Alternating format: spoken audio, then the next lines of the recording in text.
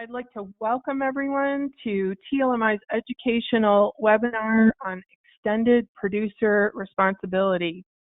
This is Rosalind Bandy, and if you don't know me, I lead sustainability for TLMI. And before we dive into our webinar, I want to encourage everyone to be sure they are signed up to receive TLMI's newsletters and updates.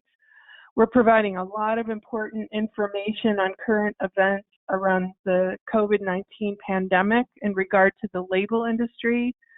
So if you don't currently receive our newsletters and government and regulatory updates, please send me an email and I will make sure that you get on the list.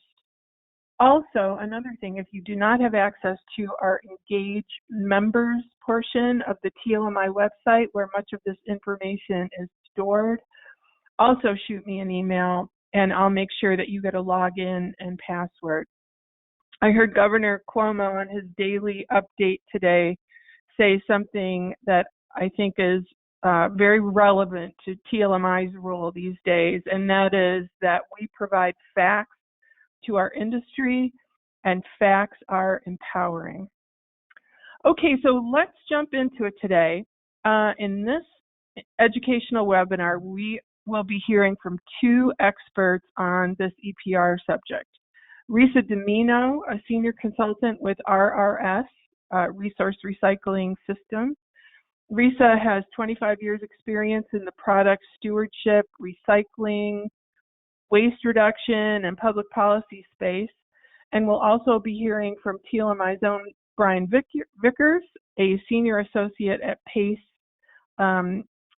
LLC. And Brian represents the label industry in Washington on federal legislation and also is our own personal watchdog on policies that might affect the label industry. Just some housekeeping. All attendees are placed on mute just because we have 85 people registered. But I do want to encourage you to type your questions into the chat box, the webinar chat box, and we will have some time at the end for our guests to address as many questions as possible after their presentation. Also, we are recording this webinar, and we will have both the entire webinar as well as just the PowerPoint slides available to members only on the TLMI website. So Risa and Brian, I want to welcome you and thank you. And Risa, I'd like you to begin and just let me know when you want me to advance the slide. So go ahead, Risa. Great, thanks, Roz, and thanks for having me today, folks. Those of you who know me know there's nothing more I like to talk about than recycling policy. So I appreciate the opportunity to talk with y'all on this topic and bring to you some of the facts of the matter as we see them and studying these issues and these policies for a variety of public and private sector clients. So you can go ahead and advance, Roz. I'll give a little overview of what I'll plan to talk about today. I wanted to do a little bit of an introduction and an overview of extended producer responsibility for packaging, what that means and how it's typically organized and plays out. And then I'll walk through two Canadian models.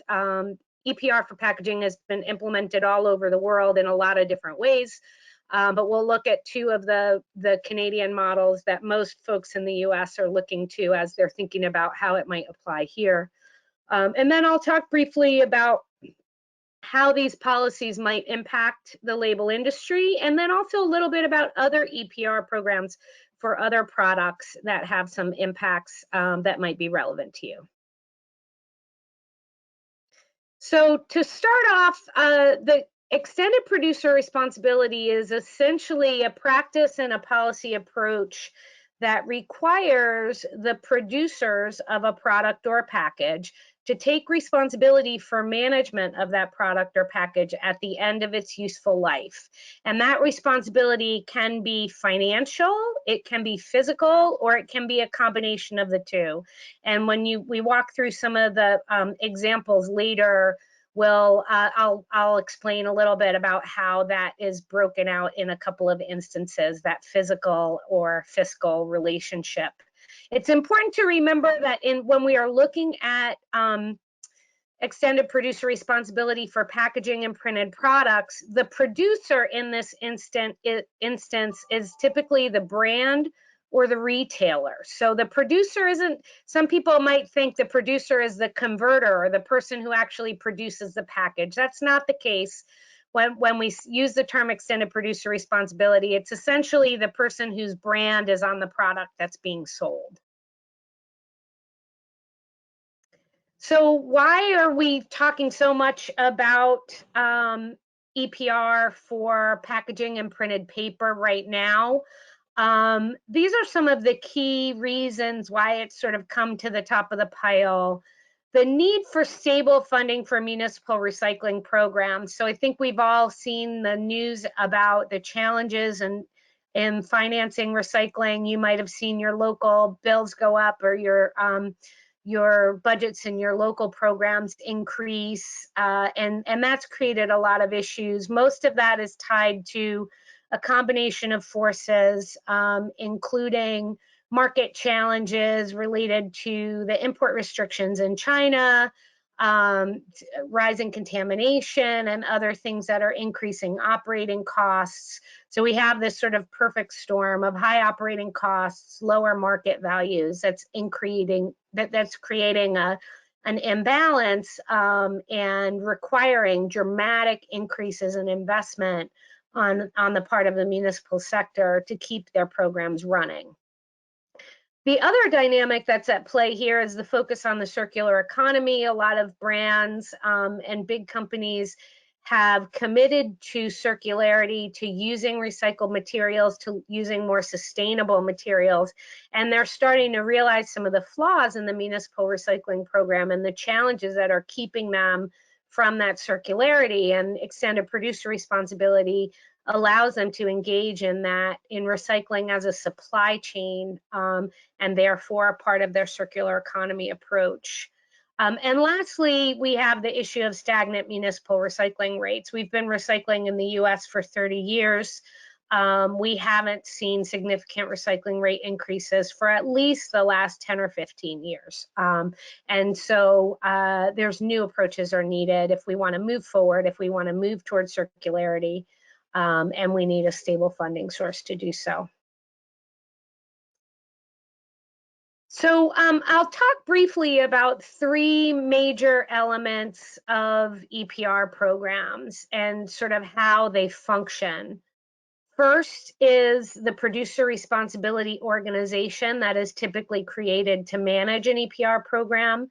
Second is the program plan that effectively guides the EPR program. And lastly, and this is the piece that probably has the most significant impact on your industry, is the use of eco-modulated fees. I'll explain a little bit more of what that means, but that's essentially using the EPR program fee structure to incentivize certain behaviors or types of packaging. So what's a producer responsibility organization, or what we refer to as a PRO? This is an entity that is created within the legislation that creates an extended producer responsibility program to represent the brands and retailers and producers to help them manage their obligations. So the legislation would say the packaging producers are required to meet certain performance standards. So they might have to provide curbside recycling to certain communities. They might have to achieve certain recycling rates, whatever the performance standards are in that legislation. The producer responsibility organization is created to allow them to collaborate to meet those obligations. In order to do that, they need to set and collect fees because they need to finance the programs they have to put in place. And they also need to develop and implement a program plan. So the program plan is a really central element of any EPR program. It essentially creates this blueprint that allows the producers to move towards their goals and obligations. So when this is applied to municipal recycling, it includes things like a list of recyclables that'll be collected, typically statewide, province-wide, wherever the EPR program is being implemented. What the collection and processing arrangements are. Will the local governments continue to collect in certain areas? Will you have private collectors? What MRFs will you use? How will those be organized? What's the education program going to look like? What kind of end market development activities are they going to take into account? Are they going to do waste reduction, litter abatement, and those kinds of things? Typically, the producer responsibility organization creates the program plan and submits it to the state. There's some public comment on that. And then the state or provincial government ultimately approves the program plan, and the producer responsibility goes ahead and implements it. So I wanted to mention the idea of eco-modulation. Again, this is where I think EPR programs potentially have the greatest impact on your industry. As I mentioned, the producer responsibility organizations are responsible for setting the fees that brands and retailers pay to cover the cost of recycling their products at the end of their useful life. When they eco-modulate those fees, they basically look to differentiate the fees in ways that incentivize what they consider good environmental design and penalize negative attributes. So typically there's a base fee. So PET bottles cost, X cents per pound or X dollars per ton of packaging put on the market. And then if you use recycled content, you get X percentage off of that. So it's a way of essentially adjusting the fees to provide incentives or disincentives. And I'll talk a little bit later about how some of the eco-modulation has been applied in ways that impact the label industry. So now I'll go into the two examples I'm going to share with you today of EPR programs in place in Canada that represent sort of two sides of the spectrum in terms of producer responsibility implementation. So first we'll talk about Quebec. Quebec is often looked towards when US policymakers are looking at potentially applying EPR in a US context. One of the reasons they like it is because there is full producer funding, but municipalities continue to deliver services. So you as a resident wouldn't necessarily see any change in the way your recycling service is provided, but the producers pay the full cost of that. Go ahead, Raz. So in Quebec, the producers compensate municipalities for the cost of recycling services, and it is intended to cover full cost. There is a formula that allows for some adjustment for program efficiency. So basically, this is to ensure that municipalities aren't inflating those costs, that there isn't inefficiency, that the producers don't have to take that inefficiency, pay for that inefficiency. And if you want to know more about how that works, you could ask in the question and answer section. It's a pretty simple formula. The legislation or the authorizing regulations up there allow producers to meet their obligations individually, but in practice, they work through Eco Enterprise Quebec, which EEQ, which is their producer responsibility organization. Essentially, local governments implement the recycling programs either by running municipal crews for collection and processing or by contracting with service providers. They have a really robust program that services a very large majority of the provincial population. And they do have some eco-modulation in their fee structure. So they have some basic incentives for using recycled content and a few other factors there. There is a beverage container deposit system that manages beverage containers, and that's about to be expanded. In addition to EEQ, which represents the producers, there's a specific organization within their provincial agency called Récit Québec, which is under the Minister of the Environment, but dedicated specifically to overseeing this program.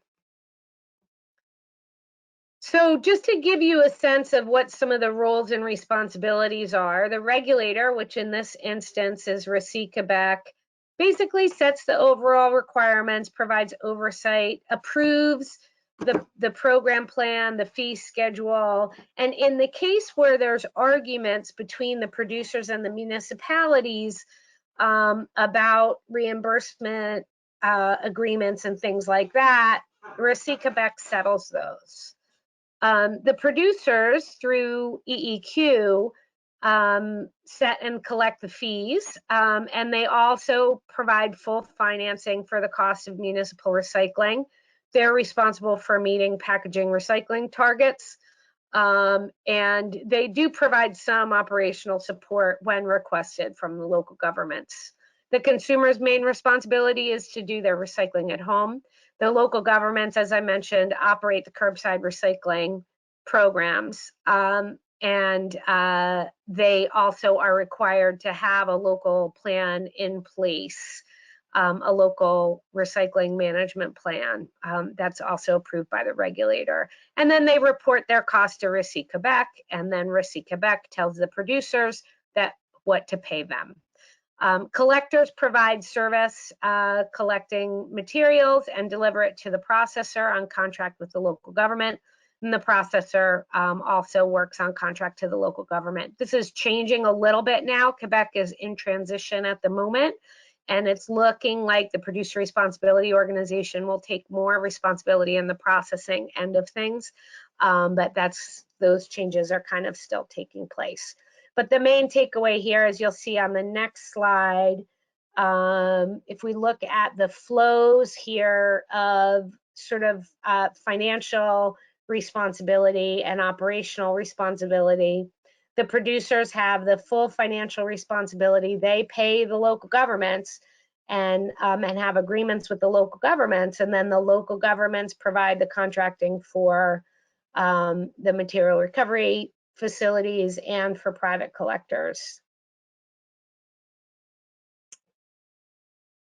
So the other model that I want to share with you is British Columbia, and this is talked about often because it's the first what we call a full EPR system in North America, and it's a full EPR system because the producers or the brands and retailers cover the full cost of recycling, but they also have operational control of the recycling system.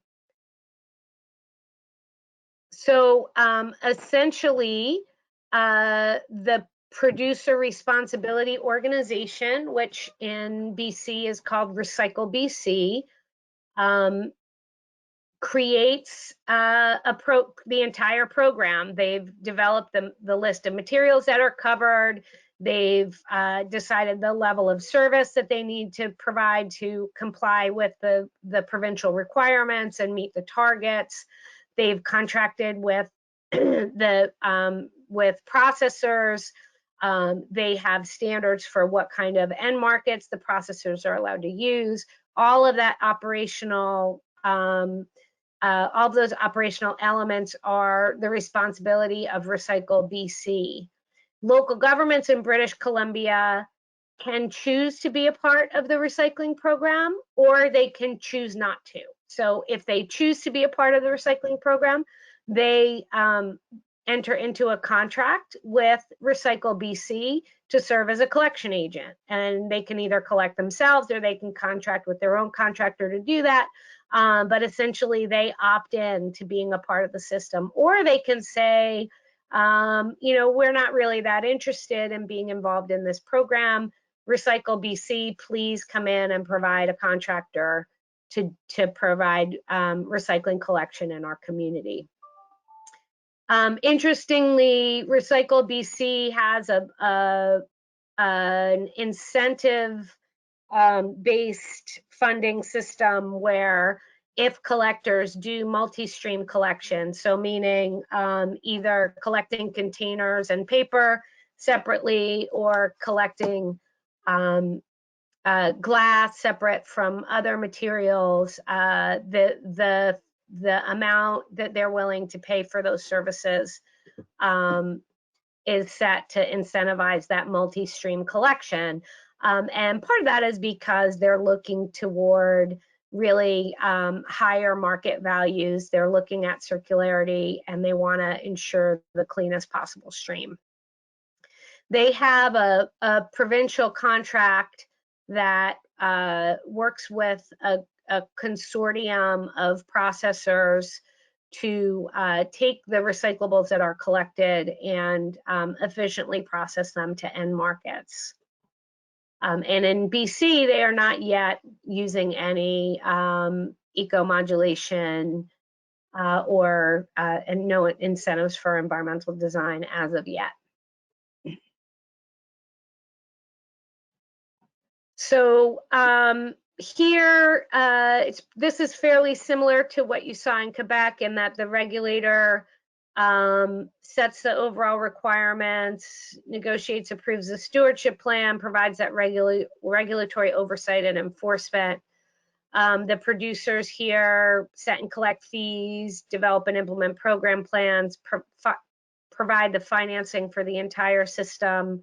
They're accountable to meet packaging targets, and they have the responsibility to actually coordinate and implement operations. So to do that, they contract with collectors and processors, and in the event that a local government opts in, they also contract with local governments. So local governments here can choose to participate as a collection agent, but not every local government participates in the program in BC. In fact, most do not.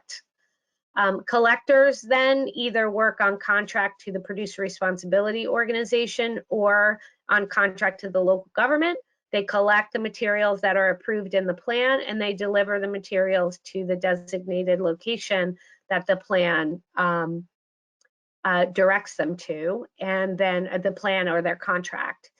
And then processors are working essentially on contract to the producer responsibility organization. So they process the materials they're contracted to accept, and they market those materials to end markets per the agreement with the PRO. So the PRO doesn't actually say send your paper to this market, but the PRO, Recycle BC, says you may not market materials to a country that is not an OECD country unless that country meets OECD health and safety standards. So looking at the financial and operational flows here, producers have the bulk of the responsibility in British Columbia. They finance and contract with collectors and processors, and in some instances, local governments. And then if the local governments have chosen to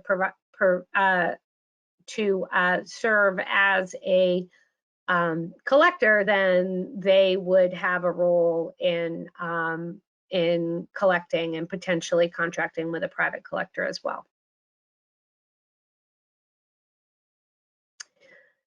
Okay, so what does all this mean to you? Most of the impact of the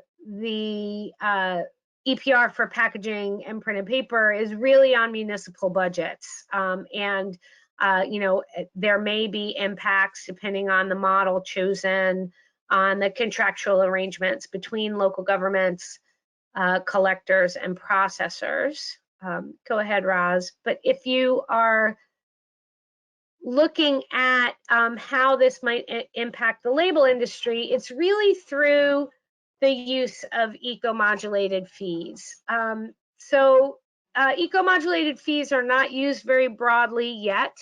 They are going to be used more broadly throughout Europe under a new directive that's in place, and they're certainly being looked at in Canada, but not used very broadly there yet. But a couple of examples where labels might be impacted by eco-modulation are, in France, there is a penalty for the use of PVC labels on plastic bottles. In Italy, there is a higher fee for plastic bottles that have non-removable full wrap shrink labels. So if you have a perforated label that's removable, you don't pay that higher fee, but if you have a non-removable full wrap shrink label, you do. In Sweden, they do the opposite. You get a lower fee for bottles with no full wrap shrink label. So again, these are ways of incentivizing easy recyclability, and again, fairly limited in their reach and to date, but it's a concept that's growing. I think that as this is being developed, again, further developed in Europe, and as it comes to North America, it will likely be focusing on compliance with design for recyclability guidelines. So you all are probably familiar with the Association of Plastic Recyclers, design for recyclability guidelines. We understand that the AFMPA is working on a guideline to address paper recyclability issues. The Aluminum Association is looking at one for aluminum. So what you would likely see as this rolls out is that there would be an incentive for using packages, labels, other elements that are consistent with these industry design guidelines, and or disincentives for using the types of labels, packaging components, and things like that that are problematic, are identified as significantly problematic in these various guidelines. And so briefly, I should have started out by saying extended producer responsibility has been used broadly in the United States for a variety of different types of products, typically applied to difficult to recycle products or difficult to handle products like electronics and batteries and compact fluorescents and pharmaceuticals and things of that nature.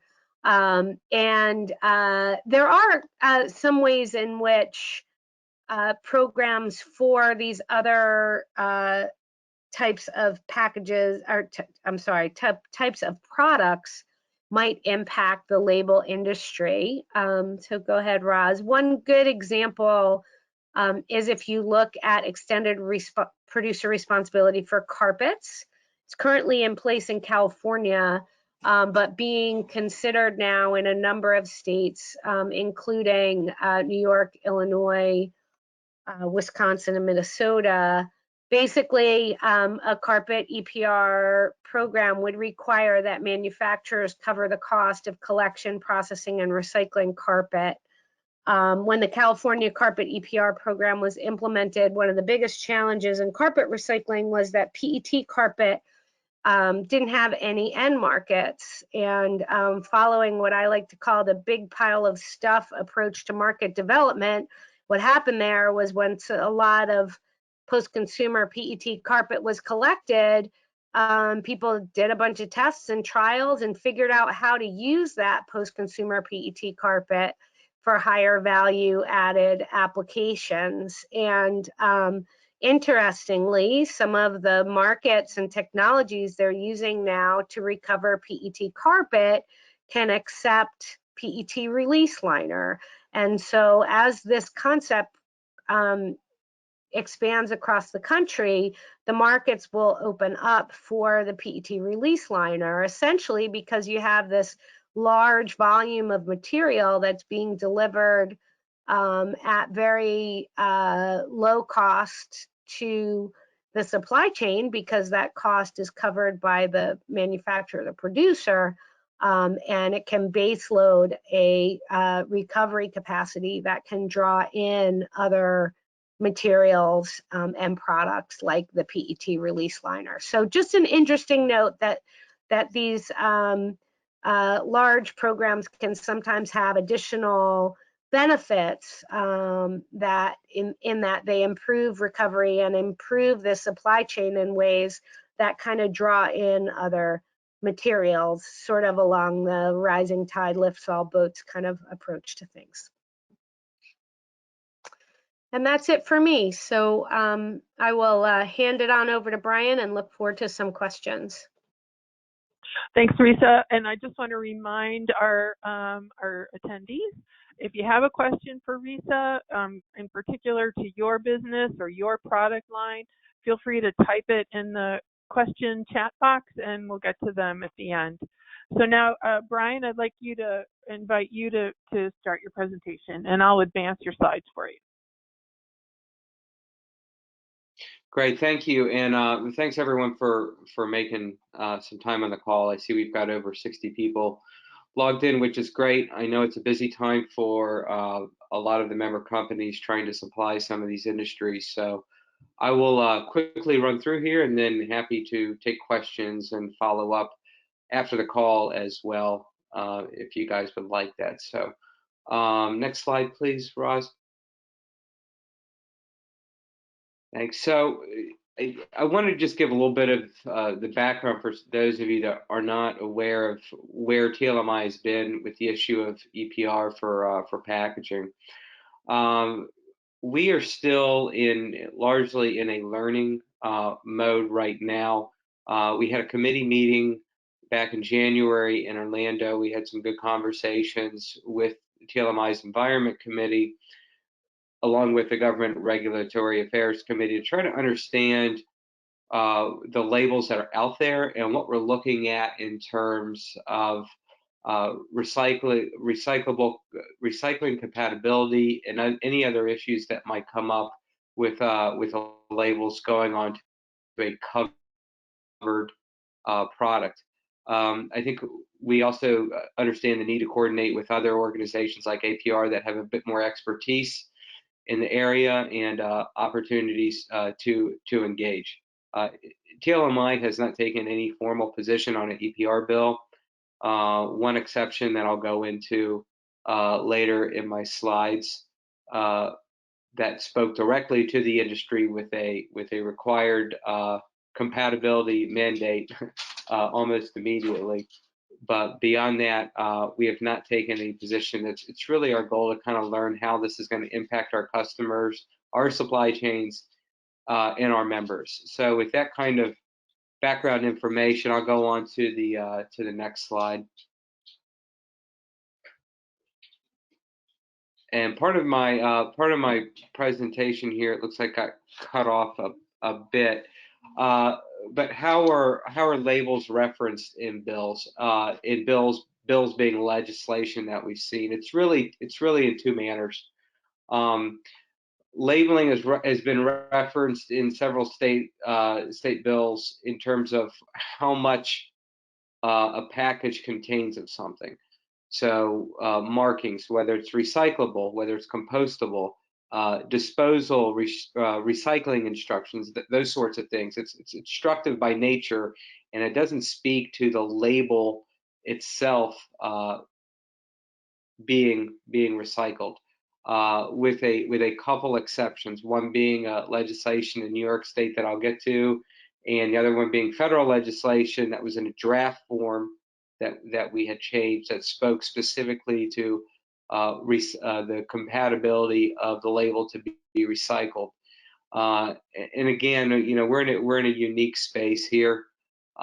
It's not our product as TLMI member companies that is being targeted. However, it's our customers' products, and what we've seen are states looking at this responsibility element in terms of compatibility, disruption, and I think down the road probably cost and fees and money paid into these programs to support them. So areas we have to keep looking at. The image that you see on your screen here is an image of what is on and being proposed in the United Kingdom right now. As you can see, there's some instructions on remove the sleeve, cap on, that sort of thing, and obviously the words don't recycle, which is likely in most of the scenarios we've seen in these states to cost more per pound for material labeled in that manner. Next slide, please. And here it is. So yeah, that's sorry, there was just a pop there. So that's kind of what I've gone over: directives and labeling requirements. One is going to be a customer request. The other one's going to be a requirement on the industry. So why the increase in packaging? So yeah, go ahead and bring all these little dots up here. Risa covered this a little bit, but we're going to, yeah, thanks. So Risa covered this a bit, but I want to remind folks, first and foremost, there's paying for it. And, you know, communities for years had been receiving revenue in many cases for their recycling programs. And you have to put yourself at the local level to understand why changes are happening and why the pressure has been put on state legislatures to pass some of these bills. You know, you work for a town of 400,000 and you're in charge of signing their recycling program for a couple of years. Okay, so you get the contract and you meet with your hauler and your recycling company, and instead of receiving $150,000, they're telling you it might cost $400,000. So you're actually flipping in some of these small and mid-sized budgets from a positive revenue to a cash expenditure, and then that person has to go to the city or the local town CFO and say, well, I got bad news on recycling. It's no longer paying us anymore. It's no longer free. It's costing us money, and it's costing us a lot of money that we may or may not have in discretionary funds. And after a couple of years of prices being overall and generally depressed across the markets, these come up more and more. And so I would say low quality of the recyclables, kind of taking our eye off the ball in terms of sorting. China sword has led to the recycling costs being increased, and then you combine that with a desire to clean up oceans, rivers, waterways, that sort of thing, and reduce landfill disposal and be a little more environmentally friendly with packaging and the design itself, along with the consumer brands coming in to look at this from their angle. And it's kind of a perfect storm and incentivation, I think, for many of the states to start looking at it. So in a nutshell, that's kind of why we're seeing this more and more for packaging rather than material specific stuff like mattresses and that sort of thing. 2019 and 2020, I'm going to highlight a few of these. We saw legislation in California, Maine, and New York. Federal legislation from Congressman Lowenthal, Senator Udall, and that follows up from legislative efforts in EPR for packaging in Connecticut, Massachusetts, and Vermont. So I'm going to go into those now. Next slide. Okay. I mentioned earlier that TLMI had only had one real position legislative request in terms of the EPR bill, and this was from a draft bill with Senator Udall and Congressman Lowenthal of California, their staff, when they were drafting the national, I think it's Break Free from Plastics Pollution, and there was a requirement in there that the label companies basically, or the labels that were attached and affixed to the packaging needed to be recyclable and not disruptive, meaning not disruptive to the recycling stream.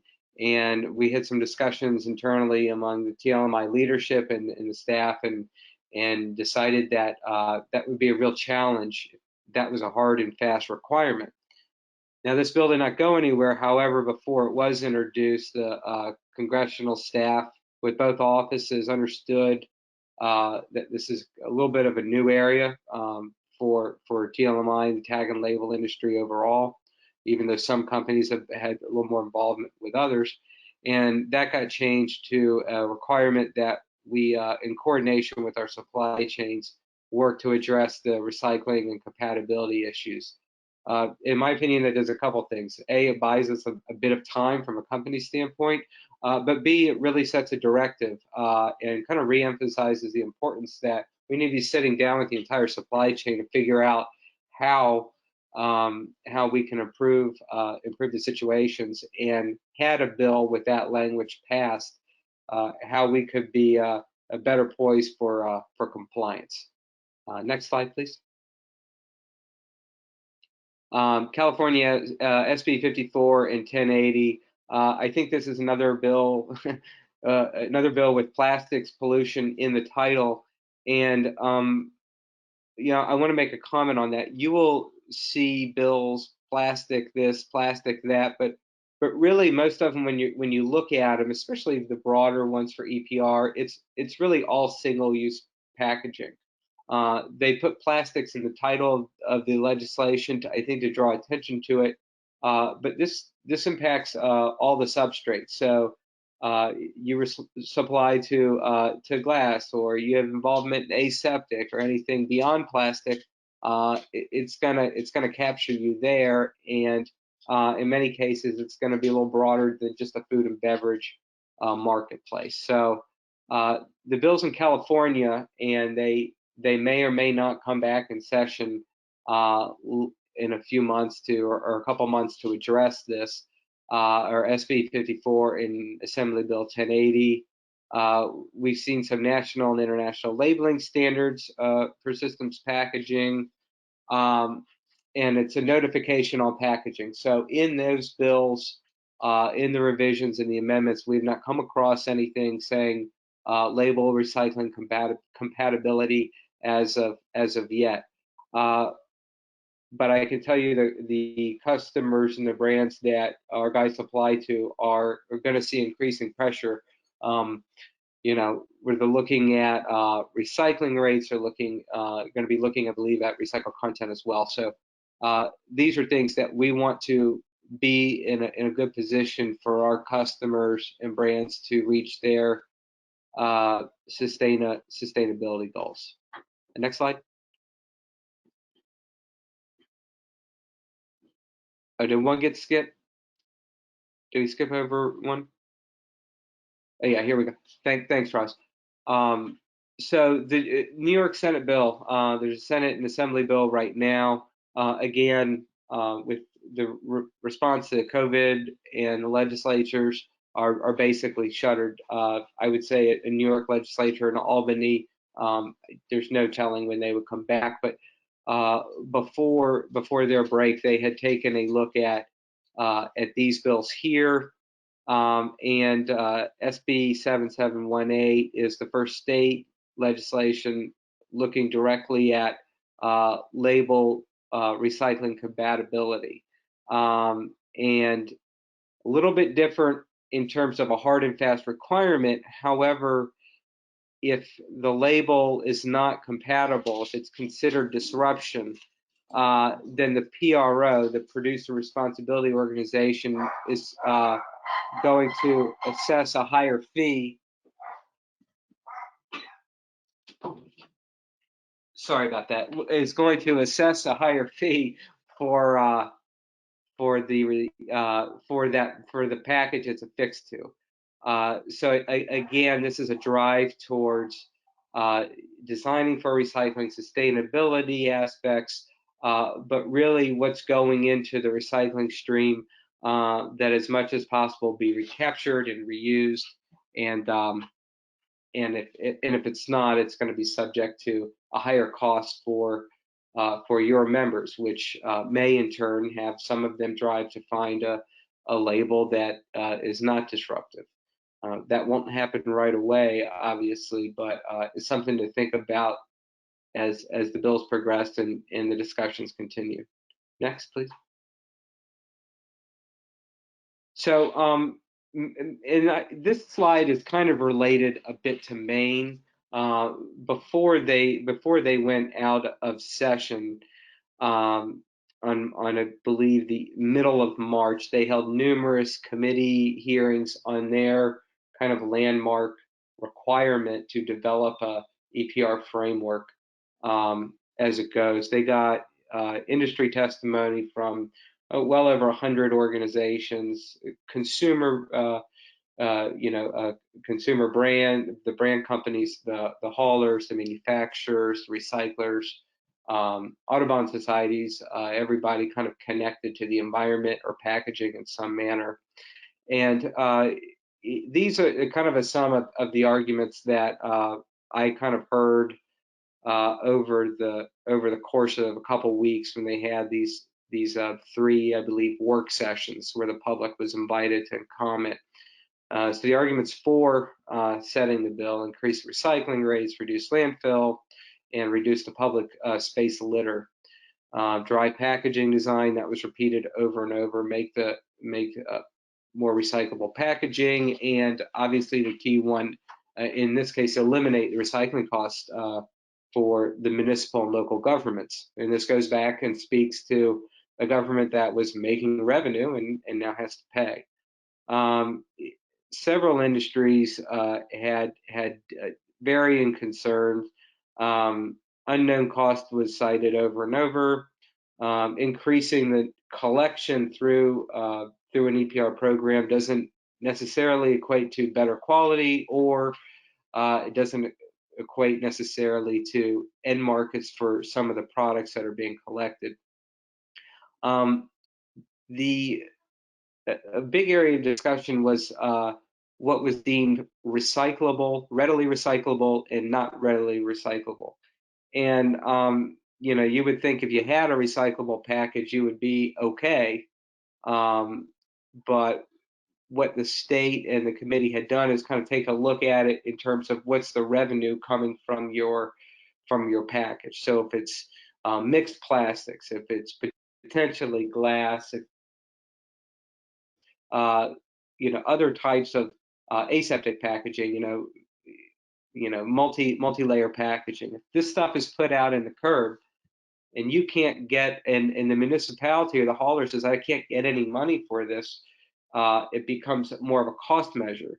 And so the term readily recyclable kind of goes away, and it's basically, the recyclables that get more money, cans, steel, some of the corrugated, some of the paper grades potentially would pay less per pound per ton than some of the other packaging.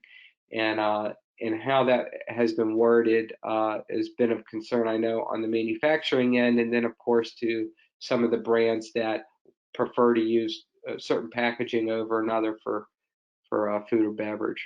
And then the PRO, determining the details. The PRO would be directed in many cases, and not specifically with Maine, but with others, to set up, excuse me, the structures and the fees. Excuse me. And that's another area of concern. Next, please.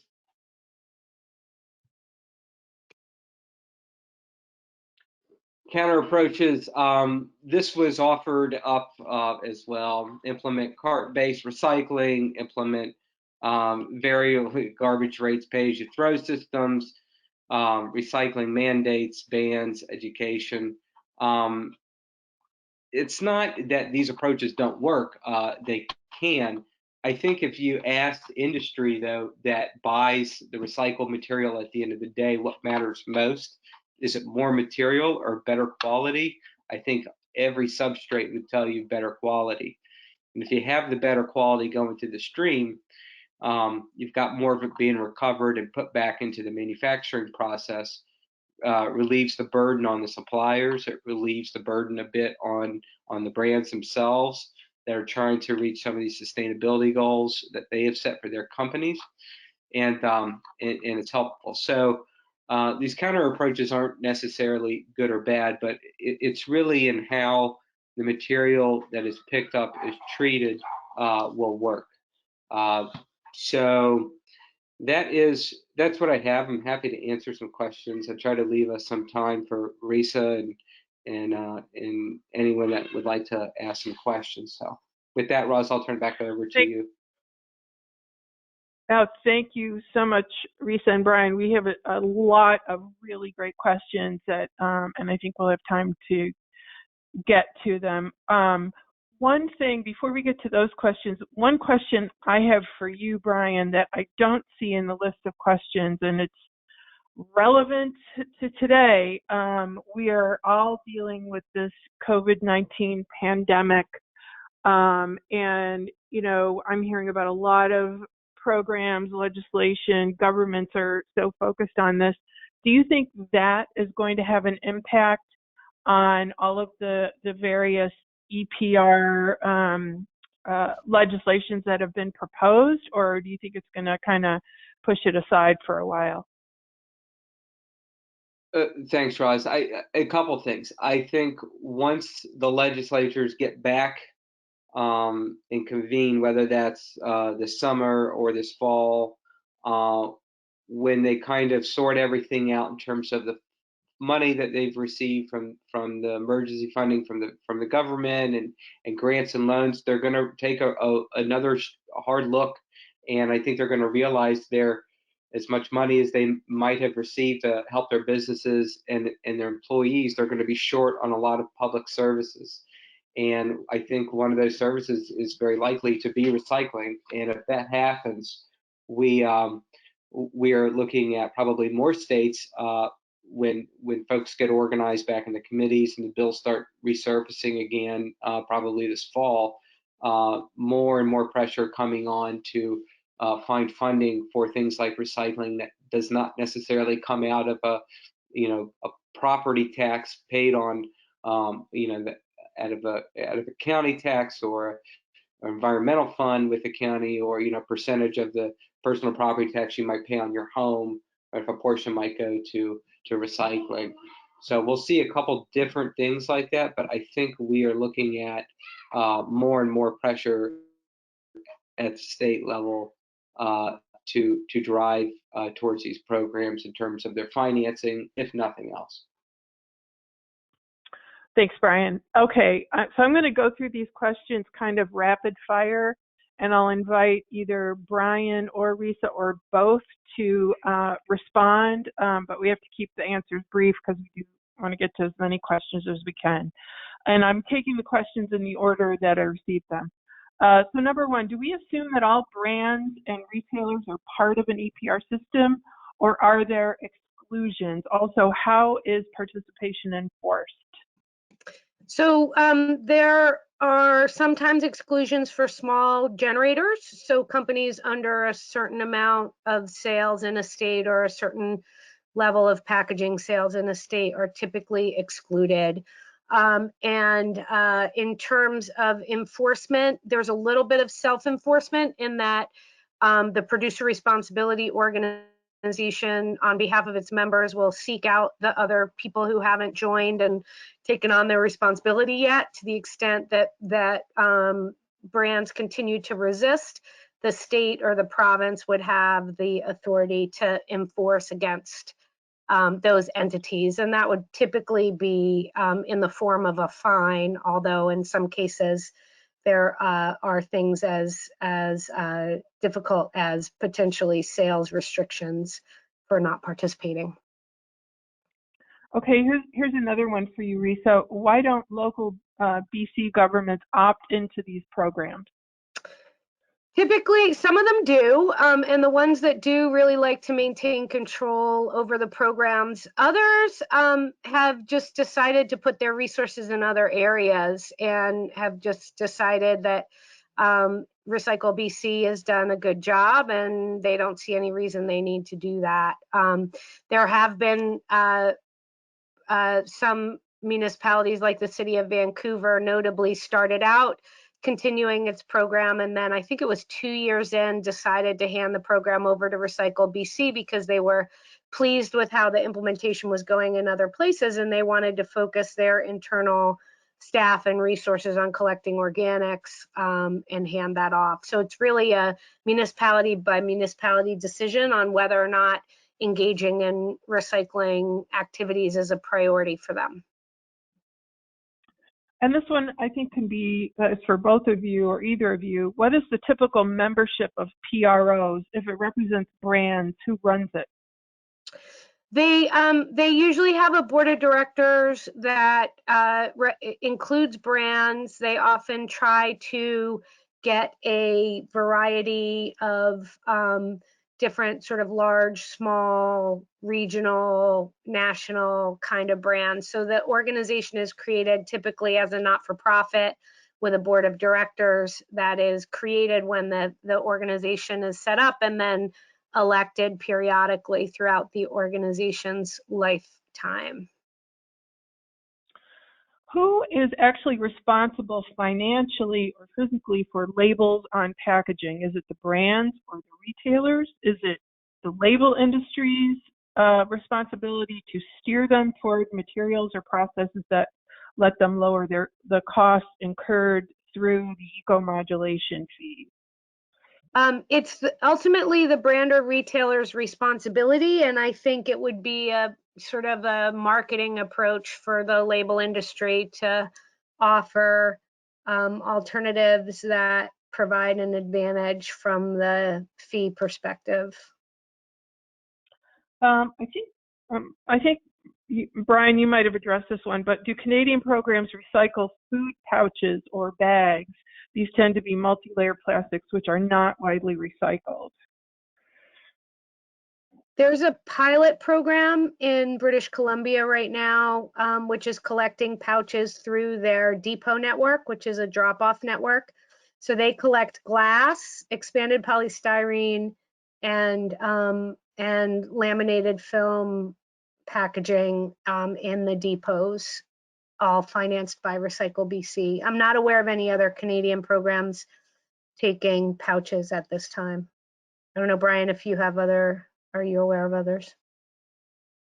No, I'm not, Risa, and with respect to the PRO itself, if and this is emerging as an option, it's emerged as an option in Maine.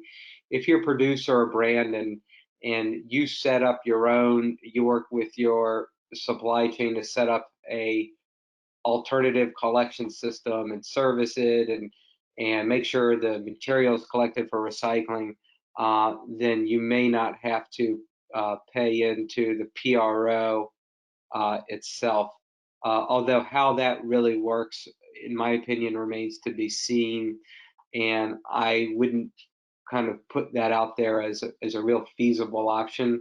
I think that's just been thrown out as an alternative to reduce the opposition that the Maine legislature has seen in its EPR proposal so far.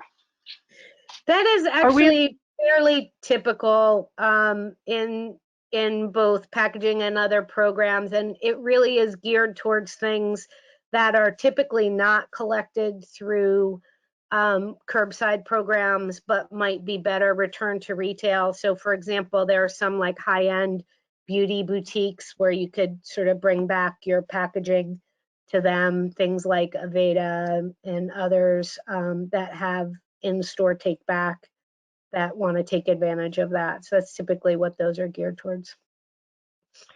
Sorry, are there Raza. adequate? No problem. Are there adequate MRFs currently to meet the expanding program? Some of us have had issues with availability and capacity in our area. It depends on where you are. Much of the country has excess MRF capacity. Some of the country doesn't have enough. A lot of the MRF capacity is aging. One of the benefits potentially of EPR is more resources in the system to upgrade MRFs or to establish new ones where they're needed. What role is CalRecycle playing in EPR? So this is what I know about CalRecycle's role. There's been a couple amended versions of the California bill. The first one appeared to give CalRecycle and their staff the ability to create an EPR program independently of the legislature, with just a very few parameters. That is since the legislature came out, I think, a few months after that happened and said, no, that's not our intent with this legislation. I'll let CalRecycle create an EPR program. And Lisa, you may know something different, but that's my understanding of it. Yeah, I think that's right. And, in terms of other EPR programs, CalRecycle oversees the EPR programs for carpet, mattresses, beverage containers, and others in the state. So when you're looking at beverage containers and other non-packaging materials, they play that sort of conventional government oversight role. And okay, there's one question. Somebody wants to know what kind of dog you have, Brian, but let me answer this one first. Is TLMI engaging as an organization on design for recyclability around inks and face stocks? Yes, we have been engaged with the Association of Plastic Recyclers for a long time. We do, and that includes face stocks, adhesives, and inks. We will have a webinar in May with APR to discuss that very topic. And we are at time, but we do have 3 more seconds for Brian to tell us what kind of dog he has. Oh, okay, yeah. So I've got 2 rescues. One is a kind of a mix, looks like a Bichon Frise a little bit, and the other one is one of the rescues from Puerto Rico. He kind of looks like a Chihuahua. Thank you. Thank you, everyone. Again, this material is all going to be available on the TLMI members only portion of the website. Thank you all for attending, and shoot me an email with more questions if you have them, and I'll send them off to our guests. Thanks, everybody. Be safe. Thank you. Thank you, guys.